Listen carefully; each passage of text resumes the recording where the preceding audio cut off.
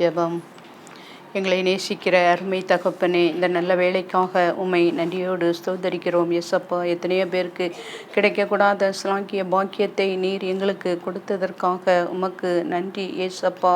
பின்னானவைகளை மறந்து கஷ்டங்கள், இழப்புகள், வலிகள் எல்லாவற்றையும் மறந்து முன்னானவைகளை நாடி இலக்கையை நோக்கி நாம் தொடரணும் என்பதை மறக்கக்கூடாது. கர்த்தர் செய்த எல்லா உபகாரங்களையும் மறவாதே. கர்த்தர் நம் வாழ்க்கையில் நிறைய நன்மை செய்திருக்கிறார். அதை ஒரு நாளும் நாம் மறக்கக்கூடாது. நடக்காத ஒரு விஷயத்தை கொண்டு புலம்பிக் கொண்டு இருப்பதை பார்க்கிறோம்.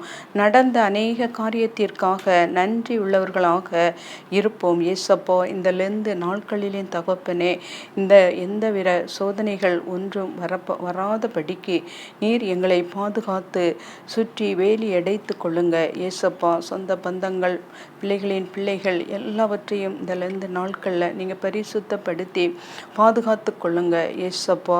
ஜிடிகே டிவி நிறுவனத்திற்காக ஜெபிக்கிறோம். ஒவ்வொரு நாளும் மிஸ்பா ஜெப வேளையில் அநேக ஜெப குறிப்புகளை உம்முடைய சமூகத்தில் வைத்து ஜெபிக்கிறார்கள் தேவ ஊழியர்கள்.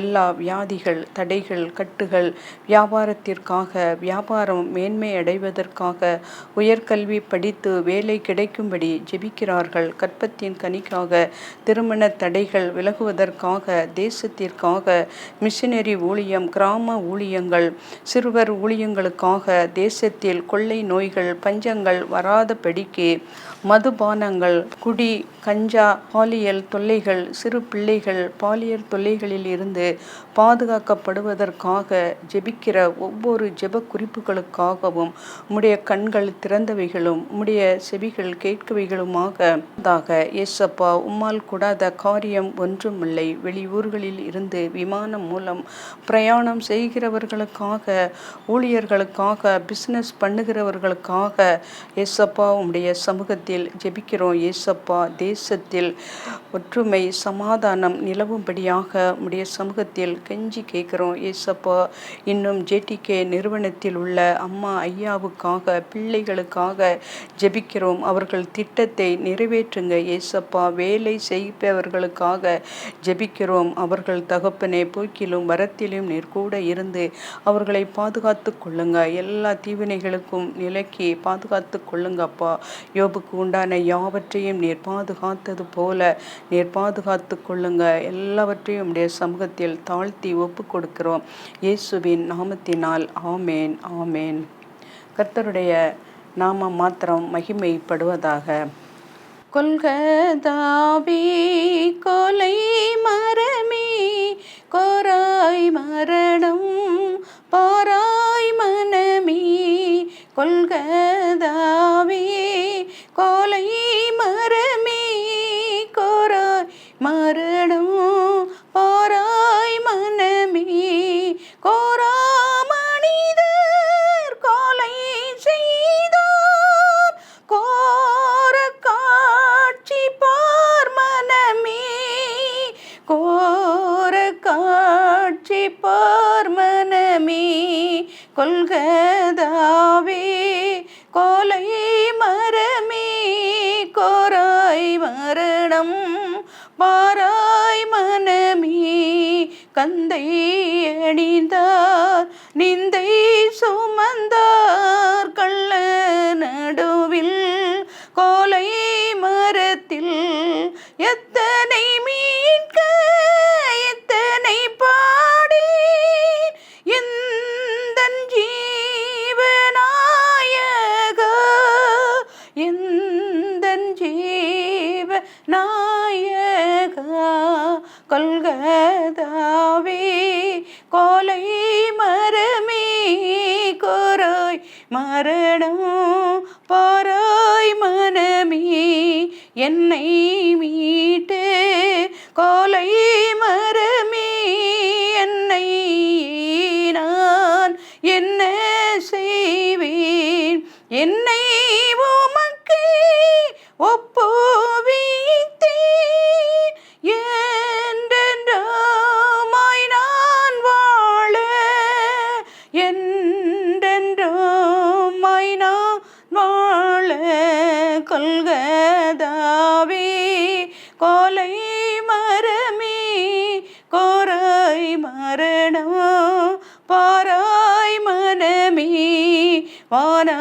பூமி ஒன்றாய் இணைந்த வல்ல தீவ உமக்கே சரணம். வாடி வாடி கோலை மரத்தில் நீக்கும் காட்சி போர் மனமே, நீர்க்கும் காட்சி போர் மனமே. கொள்கதாவே கோலை மரமே கோராய் மரணம் பாராய் மனமே. அல்லேலூயா அல்லேலூயா அல்லேலூயா அல்லேலூயா அல்லேலூயா அல்லேலூயா அல்லேலூயா அல்லேலூயா அல்லேலூயா. கொள்கதாவே கோலை மரமே கோராய் மரணம் பாராய் மனமே. கொள்கதாவே கோலை மரமே கோராய் மரணம் பாராய் மனமே. கர்த்தருடைய பரிசுத்த நாமத்திற்கு மகிமை உண்டாவதாக. அனைவருக்கும் மீட்பரும் இரட்சகருமாகிய ஆண்டவராகிய இயேசு கிறிஸ்துவின் இனிதான நாமத்தினால் என் அன்பின் வாழ்த்துக்கள். ஜேடிகே டிவி அனைவருக்கும் என் அன்பின் வாழ்த்துக்கள். கடந்த மாதம் முழுவதும் கண்மணி போல நம்மை பாதுகாத்து அன்பை நினைத்து அவரை துதிப்போம். கர்த்தர் நம்மேல் பிரியமாய் இருக்கிறார். நாம் கர்த்தருடைய கையில் அலங்காரமான கிரீடமும் உன் தேவனுடைய கரத்தில் ராஜ முடியுமாய் இருப்பாய் என்று ஏசாயா 62:3 சொன்னபடி கர்த்தர் உங்களையும் உங்கள் குடும்பத்தினர் அனைவரையும் ஆசீர்வதிப்பாராக. என் கண்மலையும் என் மீட்பருமாகிய கர்த்தாவே, என் வாயின் வார்த்தைகளும் என் இருதயத்தின் தியானமும் உம்முடைய சமூகத்தில் பிரியமாய் இருப்பதாக. நமது வாயின் வார்த்தைகளும் இருதயத்தின் யோசனைகளும் கர்த்தரை மகிமைப்படுத்தும் பொழுது தேவ பிரசன்னம் நம்மை சூழ்ந்து கொண்டு நமது மனதை மகிழ்ச்சியாக்கும். நாம் பேசிய வார்த்தைகளும் பிறர் பேச நாம் கேட்ட வார்த்தைகளும் நமக்கு ஆசீர்வாதத்தை கொண்டு வர ஊக்கமாக நாம் ஜெபிக்க வேண்டும். நம் சந்தோஷம் மகிழ்ச்சியும் கேட்கும்படி செய்யும் என்று காலை தோறும் நாம் ஜெபிக்க வேண்டும். அப்பொழுது தேவனுடைய ஞானம் நமக்குள் வந்து நம்மை வழி நடத்தும். கர்த்தர் கொடுக்கும் ஞானம் நமக்கும் பிறருக்கும் அது ஆசீர்வாதத்தை கொண்டு வரும். ஆத்துமாக்களை ஆதாயப்படுத்தி கொள்ள ஞானம் உள்ளவன். தேவன் தமது ஆத்துமாவை நேசித்து நாம் செய்த சகல அக்கிரமங்களையும் கிருபையாக மன்னித்து நமக்கு நித்திய பேரின்ப வாழ்வை அருளவே விரும்புகிறார். துன்பம் துயரம் நிறைந்த உலகில் நாம் வாழ்ந்தாலும் கவலைகளும் மனபாரங்களும் உதவி செய்ய யாவரும் இல்லாமல் போனாலும் சீயோன் குமாரத்தியை கெம்பீரித்து பாடு, நான் வந்து உன் நடுவில் வாசம் பண்ணுவேன் என்று கர்த்தர் சொல்லுகிறார். சகரியா 2:10 கர்த்தர் நம்மோடு இருந்து நம் பலவீனத்திலும் அவரது கிருபையை அருளச் செய்ய உதவி செய்கிறார். நம் தேவைகளை அதிகமாக சந்தித்து நமது வாழ்வில் சமாதானத்தையும் சுகத்தையும் கொடுத்து நம்மை ஆசீர்வதிப்பார். நாம் இன்று பார்க்க போகிற செய்தி சமாதானம். தீமையை விட்டு விலகி நன்மை செய், சமாதானத்தை தேடி அதை தொடர்ந்து கொள். கர்த்தருடைய கண்கள் நீதிமான்கள் மேல் நோக்கமாய் இருக்கிறது, அவருடைய செவிகள் அவர்கள் கூப்பிடுதலுக்கு திறந்து இருக்கிறது. கர்த்தருடைய பரிசுத்த நாமத்திற்கு மகிமை உண்டாவதாக. நம் மனதில் சமாதானம் இல்லையா? நம் குடும்பத்தில் சமாதானம் இல்லை, எதிர்காலம் இருளாக இருக்கிறது. வறுமை, வியாதி, கடன் பிரச்சனைகள் நம் மனதை பலவீனப்படுத்தி நம்மை தைரியமற்ற நிலைக்கு தள்ளி விடுகிறது. நமது சரீரத்தில் காணப்படும் பலவீனங்கள் சோர்வுக்குள்ளாகி விடுகிறது. துன்பம் துயரம் நிறைந்த உலக வாழ்வில் கண்ணீரும் வருத்தமும் நிறைந்த பாதையில் தேற்றுவாரும் ஆற்றுவாரும் இல்லாத சூழ்நிலையில் புலம்பி தவித்து நிற்கும் நிலையில் நமக்கு ஆறுதலையும் தேறுதலுமாக நம்பிக்கையும் கொடுக்கின்றன. கன்னிகைகளும் வாலிபர்களும் முதியோரும் கூட ஆனந்த களிப்பாய் மகிழ்வார்கள். நாம் அவர்கள் துக்கத்துக்கு சந்தோஷமாக மாற்றி அவர்களை தேற்றி அவர்கள் சஞ்சலம் நீங்க அவர்களை சந்தோஷப்படுத்துவேன் என்று எரேமியா 31:13 சொல்லுகிறது. நாம் வேதாகமத்தை தினமும் தவறாமல் வாசித்து ஜெபிக்கும் பொழுது பல மன சமாதானத்தையும் தைரியத்தையும் விசுவாசத்தையும் கர்த்தரிடமிருந்து பெற்றுக்கொள்கிறோம். பரிசுத்த ஆவியின் அபிஷேகம் பெற்றுக்கொள்ள கர்த்தருடைய பிள்ளைகள் அவர்களுடைய வல்லமையினால் நிரப்பப்படும் பொழுது இயற்கைக்கு அப்பாற்பட்ட தேவ சமாதானத்தை அனுபவிக்கிறோம். தேவனுடைய ராஜ்யம் புசிப்பும் குடிப்பும் அல்ல, அது நீதியும் சமாதானமும் பரிசுத்தமும் ஆவியும் உண்டாகும் சந்தோஷமாய் இருக்கிறது. நமது ஆத்துமாவை ஆளுகை செய்யும் 2 விதமான வல்லமையான ஒரு வேத வசனம். ஒன்று பாவத்தில் ஆளுகை, மற்றொன்று பரிசுத்தத்தின் ஆளுகை. பாவம் நமது ஆத்துமாவை ஆளுகை செய்யும் மனதில் இருளும் பரிசுத்தமும் ஆளுகை செய்யும் பொழுது அந்த மனதில் வெளிச்சமும் இருக்கும். நம் உலகத்தில் வெளிச்சமாய் இருக்கிறீர்கள் என்று ஆண்டவர் மத்தேயு 5:14 சொன்னபடி அதே ஆண்டவர் லூக்கா 11:35 உன்னில் உள்ள வெளிச்சம் இருளாகாதபடிக்கு எச்சரிக்கையாய் இரு என்று சொல்லுகிறார். தேவன் வெளிச்சம் உண்டாக கடவுது என்றார். வெளிச்சம் உண்டாயிற்று. தேவன் வெளிச்சத்தை இருளை வெவ்வேறாக பிரித்தார். அது மட்டுமல்ல, தேவன் வெளிச்சம் நல்லது என்று கண்டார். நம் வீட்டிற்கு சென்றதும் அந்த வீட்டிற்கு தேவையான மின்சாரம் இருக்கிறதா என்று பார்ப்போம். வீடு எவ்வளவு வசதியாக இருந்தாலும் பெரிதாக இருந்தாலும் அந்த வீட்டில் வெளிச்சம் இல்லாமல் அந்த வீடு எப்பொழுதும் இருளில் இருக்கோ நாம் விரும்புவது இல்லை. உடனடியாக ஒரு மெழுகுவர்த்தியாவது வாங்கி வெளிச்சத்தில் உண்டாக்குவது போல ஆண்டவர் வசிக்கும் நமது ஆத்துமா இருளால் நிரம்பியிருக்கும் போது அவர் அங்கே வெளிச்சத்தை உண்டாக்கி அந்த வெளிச்சத்தின் மூலமாக நம்மை பரிசுத்தப்படுத்தி நமக்குள் வந்து அமருகிறார். வேதம் சொல்லுகிறது, கிறிஸ்துவானவர் மகிமையின் நம்பிக்கையாக உங்களுக்குள் இருப்பதே அந்த இரகசியம். கிறிஸ்து ஒளியாகவும் ஜீவனாகவும் மகிமையாகவும் நமக்குள் போது இருளின் அதிகாரம் நம்மை சேதப்படுத்துவது இல்லை. இருள் நம்மை ஆளுகை செய்ய முடியாது என்பது ஒளிக்கும் இருளுக்கும் ஐக்கியம் ஏது? பயம், சந்தேகம், திகில் போன்றவை இருளின் ராஜ்யத்தில் உள்ளன. தேவனுடைய ராஜ்யத்தில் சமாதானம், அன்பு, பரிசுத்தம், மகிழ்ச்சி நிரம்பியுள்ளது. நாம் முதலாவது சமாதானத்தை கர்த்தரிடம் கேட்டு பெற வேண்டும். ஆண்டவரே, எனக்கு சமாதானத்தை தாரும். வீட்டில் வேலை இல்லையே, வியாபாரத்தில், பிரயாணத்திலே, ஊழியத்திலே, வசிக்கும் கிராமத்திலே, பட்டணத்திலே சமாதானத்தை தாரும் என்று நாம் தினமும் ஜெபிக்கும் பொழுது அதே நேரம் நம்மை தாழ்த்தி நம்முடைய பாவங்களையும் தவறுதல்களையும் தேவனுக்கு தெரியப்படுத்தி, ஆண்டவரே என்னை மன்னியும், எனக்கு ஒரு புது வாழ்வை தாரும் என்று நாம் ஜெபிக்கும் பொழுது கர்த்தர் கிருபையாக நம் பாவங்களை மன்னிப்பார். நம்மை உறுதியாய் பற்றி கொண்ட மனதை உடையதையும் மாற்றுவார். கர்த்தர் நமது ஜனத்திற்கு பலன் கொடுப்பார். கர்த்தர் தமது ஜனத்திற்கு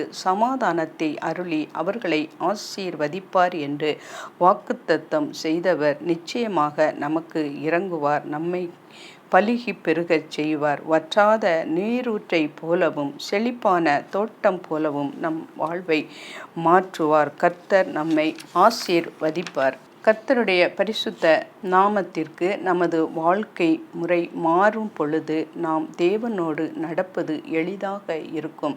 தினமும் அநேக நேரம் தூங்கும் பழக்கம் உள்ளவர்கள் காலையில் ஜெபிப்பது கடினமாய் போய்விடும். தினமும் இரவு அதிக நேரம் விழித்திருந்து படிப்பவர்கள், வேலை செய்பவர்கள் காலை எழுந்து ஜெபிப்பது கடினமான காரியம்.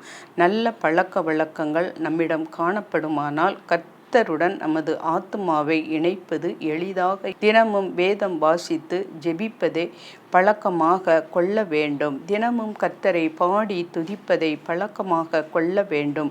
உபவாசித்து ஜெபிக்கும் பழக்கம் மிகவும் பிரயோஜனமானது. நமது அன்றாட வாழ்வில் தேவன் நம்மோடு தொடர்பு கொண்டு நம்மை வழிநடத்த ஊக்கமான ஜெபமும் பரிபூரண கீழ்ப்படிதலும் மிகவும் அவசியம். தீமையினின்று எங்களை இரட்சித்து கொள்ளும் என்று நாம் ஜெபிக்கும் பொழுது தீமையை விலக்கி காப்பேன் என்ற ஆண்டவர் வாக்கை விசுவாசித்து ஜெபிப்பது ஜெபம் ஆவியானவரால் அனலூட்டப்பட்டு புறப்படும் போது நமது விசுவாசத்தையும் கேட்பவர் விசுவாசத்தையும் பலப்படுத்துகிறது. தேவ சமூகத்தில் அதிக நேரம் செலவிடுவதை விட தேவ அன்பு நதியாக பாய வேண்டும். தேவ சமூகம் இனிமையாக இல்லாதவர்களுக்கே இந்த உலக இன்பங்கள் மேன்மையாக தோன்றும்.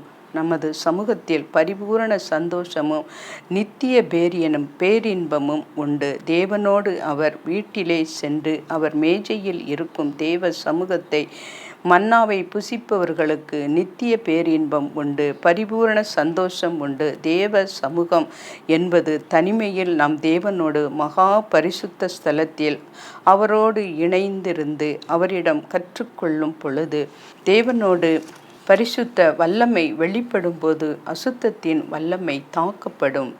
பிரேத கல்லறை அண்டை வாழ்ந்த லேகியன் பிசாசுகளால் ஆட்கொள்ளப்பட்ட வாலிபனை சங்கிலியினாலும் கட்ட முடியாதபடி மிகவும் பலசாலியாக சத்துரு அவனை மாற்றியது. ஆனால் கிறிஸ்து இயேசுவின் வாயில் இருந்து அசுத்த ஆவியை இந்த மனிதனை விட்டு புறப்பட்டு போ என்று உரைக்கப்பட்ட வார்த்தை பரிசுத்தமானது.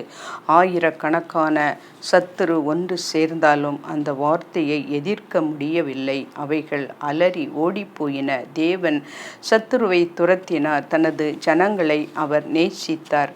மனிதர்களால் நேசிக்க முடியாத காரணம் அவர்கள் தீமையை செய்து கொண்டே இருப்பார்கள். அவர்களில் மறைந்திருக்கும் சத்துரு எப்போது துரத்தப்படுகிறதோ அப்பொழுது அவர்கள் புத்தியில் தெளிவு உண்டாகும். அவர்கள் நன்மை செய்பவர்களாய் மாறுவார்கள். ஜீவ தண்ணீர் பரிசுத்த ஆவியே, அதை பருக நம் ஆத்துமாவில் மகிழ்ச்சியை பெறுவோம். பரிசுத்தமான அப்பம் ஜீவ அப்பம் இயேசுவே. ஜீவ அப்பத்தை புசித்து ஜீவ தண்ணீரை நமது ஆத்துமா பருக வேண்டும். உணவும் தண்ணீரும் இல்லாமல் போனால் நமது ஆத்துமா பலவீனப்பட்டு மரித்து போகும். நாம் கிறிஸ்துவுக்குள் மறுபிறப்படைந்த நாள் முதல் நாம் புது சிருஷ்டியாக உள்ளோம். புது சிருஷ்டி என்பது ஜீவன் நமக்குள் உருவானது. அந்த ஜீவன் வளர்கிறது, அது கனி கொடுக்கிறது. அன்பு, சந்தோஷம், சமாதானம், நீடிய பொறுமை, தயவு, நற்குணம், சாந்தம், இச்சை அடக்கம், விசுவாசம் இவைகள் பாவத்தை அடியோடு அழித்துவிடும். பரிசுத்த ஆவியின் வல்லமை நமக்குள் கொண்டு வரும். கலாத்தியர் 5:17-19 வரை நம் மாம்சத்தின் கனிகள் வார்த்தையை பிறப்பிக்கின்றது, பாவத்தை பரப்புகின்றது. பரலோகத்தில் செல்லும் தகுதியை இயேசுவின் இரத்தம் நமக்கு பெற்று கொடுத்துள்ளது. இயேசுவின் இரத்தம் எனக்காக சிந்தப்பட்டது என்று விசுவாசிக்காத எவரையும் பரமபிதா உள்ளே அனுமதிப்பது இல்லை. பாவ மன்னிப்பு வெளிப்படுத்தல் 5:9-10 நமது சுய நீதியை நம்பி நாம் ஜெபிக்க துணியும் போது ஜெபம் ஆசீர்வாதத்தை கொண்டு வருவதற்கு பதிலாக சாபத்தை கொண்டு வரும். இயேசுவின் இரத்தம் நன்மையானவைகளையே பேசும். இரத்தம் என்று கூறுகிறது. ஆபேலின் இரத்தம் பழிவாங்க துடித்தது. இயேசுவின் இரத்தமோ நமக்கு வரவிருந்த நித்திய அழிவை, தண்டனையை தடுத்து நிறுத்தி பாவ மன்னிப்பை பெற்று தந்ததும் அல்லாமல் நித்திய வாழ்வை பெற்று தந்தது. பாவ மன்னிப்பு கல்வாரி அண்டையில் சென்றால் மாத்திரமே பெற முடியும். கல்வாரியை மறந்தால் கர்த்தருடைய கிருபை பெற முடியாமல் கர்த்தரின் நியாய தீர்ப்பில் விழுவதை தவிர வேறு வழியில்லை. கர்த்தரோடு இணைக்கப்பட்ட இயேசுவின் இரத்தம் தேவை. கர்த்தரில் நிலைத்திருக்க இயேசுவின் இரத்தம் தேவை. தேவ சமூகத்தில் குற்ற மனச்சாட்சி நீங்கி தைரியமாய் நின்று, கர்த்தாவே நான் உம்முடைய பிள்ளை என்று அறிக்கை செய்த நமது மனச்சாட்சி சுத்திகரிக்கப்படுவது. 1 பேதுரு 1:13 ஆகையால் நீங்கள் உங்கள் மனதின் அறையை கட்டிக்கொண்டு தெளிந்த புத்தி உள்ளவர்களாய் இருந்து இயேசு கிறிஸ்து வெளிப்படும் பொழுது உங்களுக்கு அளிக்கப்படும் கிருபையின் மேல் பூரண நம்பிக்கை உள்ளவர்களாய் இருங்கள். கிருபை என்பது மனித முயற்சிகளினால் பெற முடியாது அழிவில்லாத மோட்ச வாழ்வை தேவனிடமிருந்து இலவசமாக பெற்றுக்கொள்வதே கிருபை. கர்த்தருடைய ஆவியானவர் ஒருவரை பரிசுத்தப்படுத்த விரும்பும் போது அவர் தன் ஆத்துமாவை கர்த்தரிடத்தில் அர்ப்பணிக்க வேண்டும். அவர் கர்த்தரை தினமும் துதிக்கும் நபராய் இருக்க வேண்டும். அப்பொழுது கர்த்தருடைய கிருபை அவர் மீது தங்கி இருக்கும். கிருபை நமது எதிர்காலத்தை பாதுகாக்கிறது. கிருபை என்பது ஆத்துமாவுக்குள் நம்பிக்கையையும் தைரியத்தையும் விசுவாசத்தையும் சமாதானத்தையும் பெருகச் செய்கிறது. கிருபை தேவ கோபத்திலிருந்தும் அழிவிலிருந்தும் நம்மை தப்புவிக்கிறது. கிருபையும் கிறிஸ்துவையும் உயர்த்தும் போது சத்துருவை எளிதாக வென்றுவிடலாம். நமது ஆத்துமாவின் பாவம் அகற்றப்பட்டு நீதியின் சூரியனாகிய கிறிஸ்துவின் வெளிச்சம் நமக்கு உதிக்கும் பொழுது ஆசீர்வாதம் உண்டாகும். ஆத்மாவின் சமாதானம் பரிசுத்தவான்களாகிய ஆத்மாவுக்கே அது சொந்தமானது. கர்த்தர் தனது ஜனத்திற்கு பலன் கொடுப்பார். கர்த்தர் தனது ஜனத்திற்கு சமாதானம் அருளி அவர்களை ஆசீர்வதிப்பார். கிருபை இல்லாமல் நாம் செய்ய முயற்சிக்கும் யாவும் வீண். பெருமை என்ற நிலைக்கே நம்மை கொண்டு செல்லும். தேவ கிருபை இல்லாமல் கனி கொடுக்க முடியாது. கிறிஸ்துவை தலையாக ஏற்றுக்கொள்ள மனதில்லாதவர்கள் கிறிஸ்துவின் கிருபையை இழந்து போவார்கள். காலத்தின் அருமையை உணராதவர்களும் கர்த்தரின் நீடிய பொறுமையையும் அவரது இரக்கத்தையும் அவரது அன்பின் வலிமையையும் மறந்தவர்களும் நாம் இந்த பூமியில் வாழ்வதற்கு தேவையான சுகம் பலன் நன்மைகளை அனுதினமும் அளித்த ஆண்டவரை மறந்து போனவர்களும் இருக்கிறார்கள். கிருபைகளை இழந்து போய்விட நேரிடும்.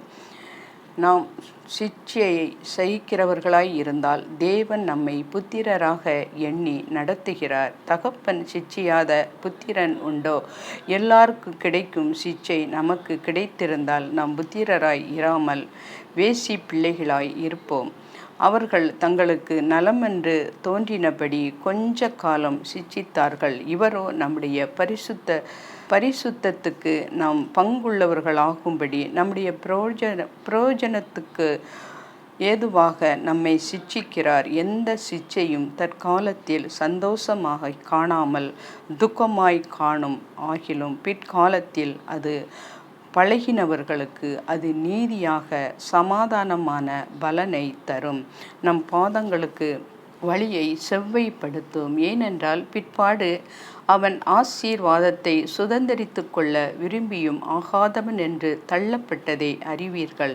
அவன் கண்ணீர் விட்டு கவலையோடு தேடியும் மனம் மாறுதலை காணாமல் போவான். கிருபையின் காலத்தின் முடிவு எப்போது என்று நாம் அறியாதிருப்பதினால் கர்த்தர் கிருபையாக கொடுத்திருக்கும் இந்த காலத்தில் நமது ஆத்துமாவை நம் ஆண்டவர் சிலுவையில் இரத்தம் சிந்தி கிருபையாக பெற்று தந்த நித்திய மீட்பையும் நினைத்து இரவும் பகலும் அவரை ஆராதித்து தீமைகள் நிறைந்த உலகில் நமக்கு நன்மை செய்யக்கூடிய நல்ல ஆண்டவர் இயேசுவின் அன்பை உணர்ந்து அவருக்கே சகல கனமும் மகிமையும் செலுத்தும் பொழுது ஏசாயா 54:10 சொன்னபடி விலகாத கிருபையை நாமும் சுதந்தரிக்கலாம். மலைகள் விலகினாலும் பர்வதங்கள் நிலை பெயர்ந்தாலும் என் கிருபை உன்னை விட்டு விலகாமலும் என் சமாதானத்தின் உடன்படிக்கை நிலை பெயராமலும் இருக்கும் என்று உன்மேல் மனதுருகிற கர்த்தர் சொல்லுகிறார்.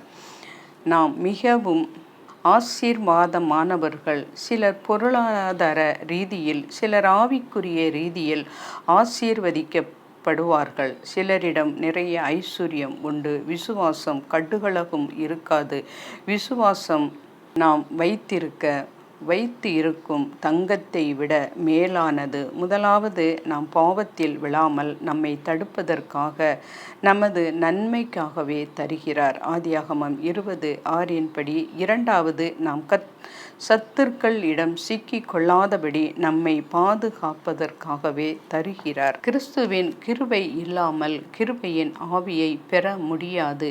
கிருபை இல்லாமல் பாவத்தை மேற்கொள்ள முடியாது. ரோமர் 6:14 படி கிருபையை பெற்றவர்களே மற்றவர்களுக்கும் சொல்லி, இயேசுவை நீ விசுவாசித்து ஏற்றுக்கொண்டால் உனக்கு கிருபை கிடைக்கும், உன் பாவம் மன்னிக்கப்படும், உன் குடும்பம் ஆசீர்வதிக்கப்படும் என்று கூறுவதே சுவிசேஷம். கிருபையில் நிற்பவளே சத்துருவை வெல்லுவான்.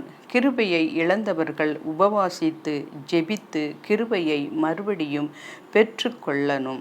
கிருபை பல விதங்களில் வெளிப்படும். அதாவது பூரண சமாதானம், பரிபூரணம், அன்பு இவைகளை தேவ கிருபையினால் பெற முடியும். பிரசங்கம் கேட்பவர்களுக்கு இனிமையாக இருப்பதால் அது கர்த்தருடையது அல்ல. கேட்கும் போது மனதை அதை உடைக்கணும். பின்பு அது நமது வாழ்வை ஆசீர்வாதமான வழிக்கு நடத்தணும். நம் தரித்திரத்தில் இருப்பது தேவனுக்கு பிரியமல்ல. நம் தரித்திரருக்கு கொடாமல் இருப்பதே பாவங்களில் பிரதானமானது. தரித்திரர் தேவனால் கனப்படுத்தப்படுகிறார்கள். ஐஸ்வர்யவான்கள் மனிதர்களால் கனப்படுத்துகிறார்கள். தரித்திரருக்கு கொடுப்பது நன்மையானது, கர்த்தருக்கு கொடுப்பது முதன்மையானது. அவர் சொல்ல ஆகும், அவர் கட்டளையிட நிற்கும். சங்கீதம் 33:9 படி தேவன் ஒருவரே என்பதின் அர்த்தம் சகலத்தையும் தன் ஆளுகைக்குள் வைத்திருப்பார்.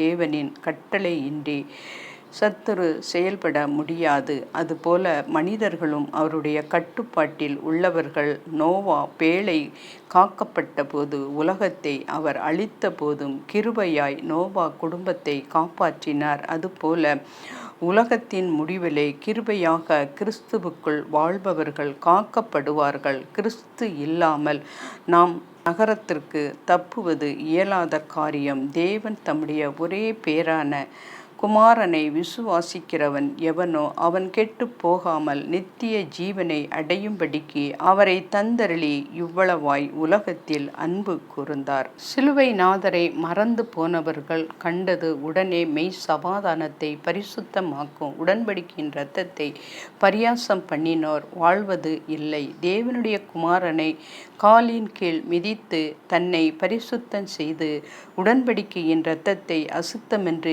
எண்ணி கிருபையின் ஆவியை நிந்திக்கிறவன் எவ்வளவு கொடிதான ஆக்கினைக்கு பாத்திரவானாய் இருப்பான் என்று யோசிப்பதைப் போல பழி வாங்குதல் எனக்குரியது, நானே பதில் செய்வேன் என்று கர்த்தர் சொல்லுகிறார் என்றும் கர்த்தர் தம்முடைய ஜனங்களை நியாயம் தீர்ப்பார் என்றும் சொன்னார். இன்னார் என்று அறிவோம். ஜீவனுள்ள தேவனுடைய கைகளில் விழுகிறது பயங்கரமாய் இருக்குமே என்று எச்சரிக்கிறது கர்த்தரின் வேதம். தீமையை நன்மை என்றும் நன்மையை தீமை என்றும் போதிப்பவர்கள் தப்பினது உண்டோ?